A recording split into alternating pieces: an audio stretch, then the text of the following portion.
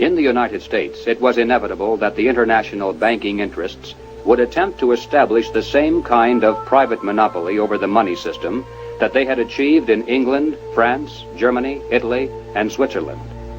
The same formula would be used: make it look like a government operation, but keep the control in private hands.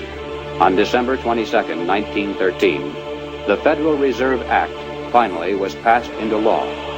Something known as the Federal Reserve System came into being, and with it, total control over the nation's money fell into private hands.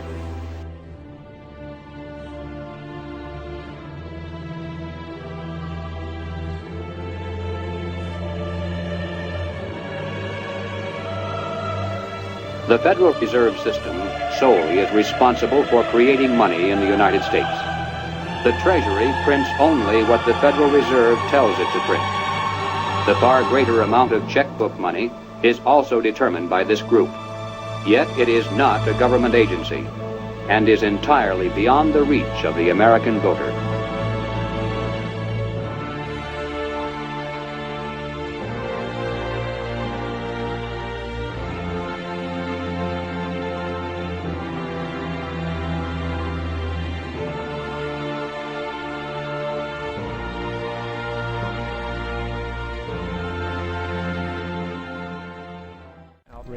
Congressman Louis McFadden, a longtime opponent of the banking cartels, began bringing impeachment proceedings against the Federal Reserve Board, saying of the crash and depression, it was a carefully contrived occurrence. International bankers sought to bring about a condition of despair so that they might emerge the rulers of us all.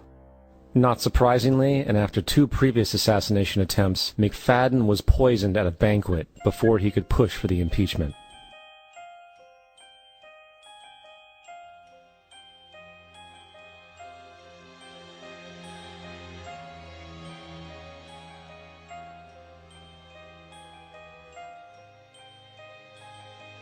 So there were many who predicted that the climax would be exactly as we're witnessing.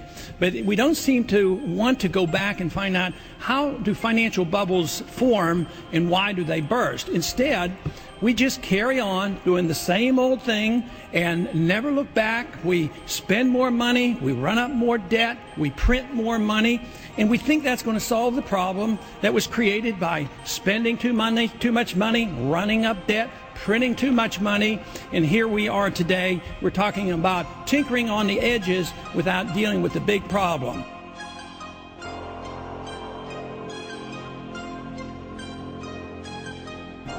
The Federal Reserve has literally created $8 trillion here in the last several months, at least an obligation. And that's outside the realm of the Congress. We don't even audit the Federal Reserve. They create this money, and when the Fed chairman comes before our committee and we ask, well, where did you dispose of this $2 trillion that you've created recently? He says, well, it's not your business. That's not necessary. And under the law, he doesn't even have to tell us. So this is how out of control this is.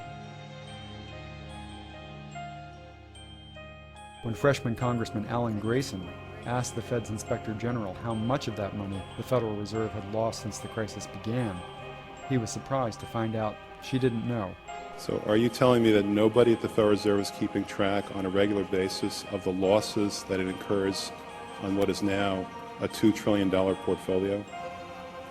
Until we actually look at the program and have the information, we are not in a position to say whether there are losses or to respond in any other way. And I think it was shocking to me and to other people to see that the Inspector General could not account for $1 trillion of cash that had been handed out by the Federal Reserve in the course of just the past few months.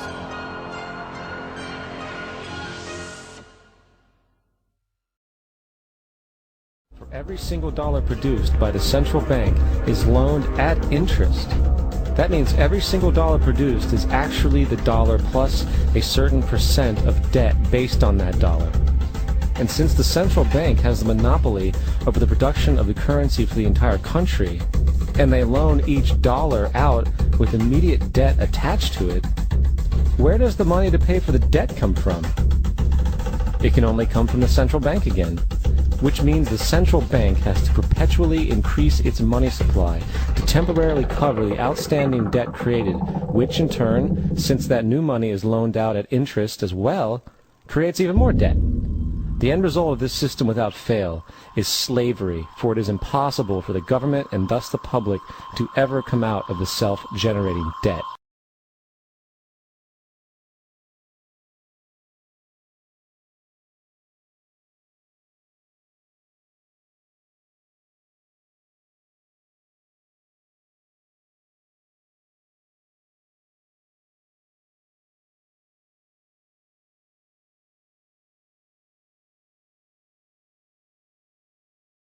You have publicly admitted, sir, that the Federal Reserve caused the Great Depression.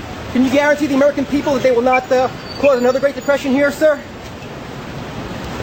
American people would like to know the answer, sir.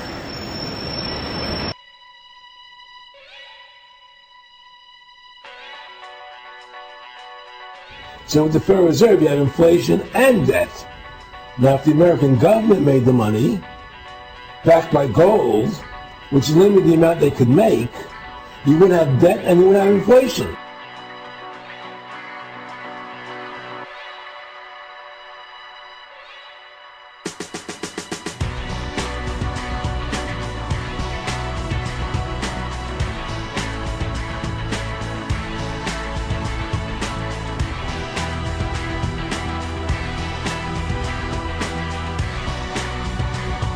We've given these people the authority to create money out of thin air, and through that device, they control everything.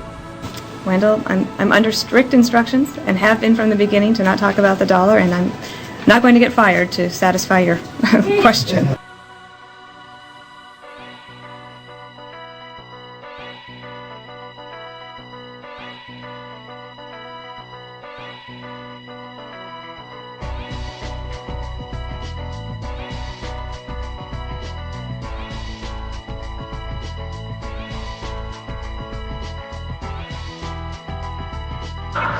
There is no authority in the Constitution authorizing a central bank, which means there should be no Federal Reserve System.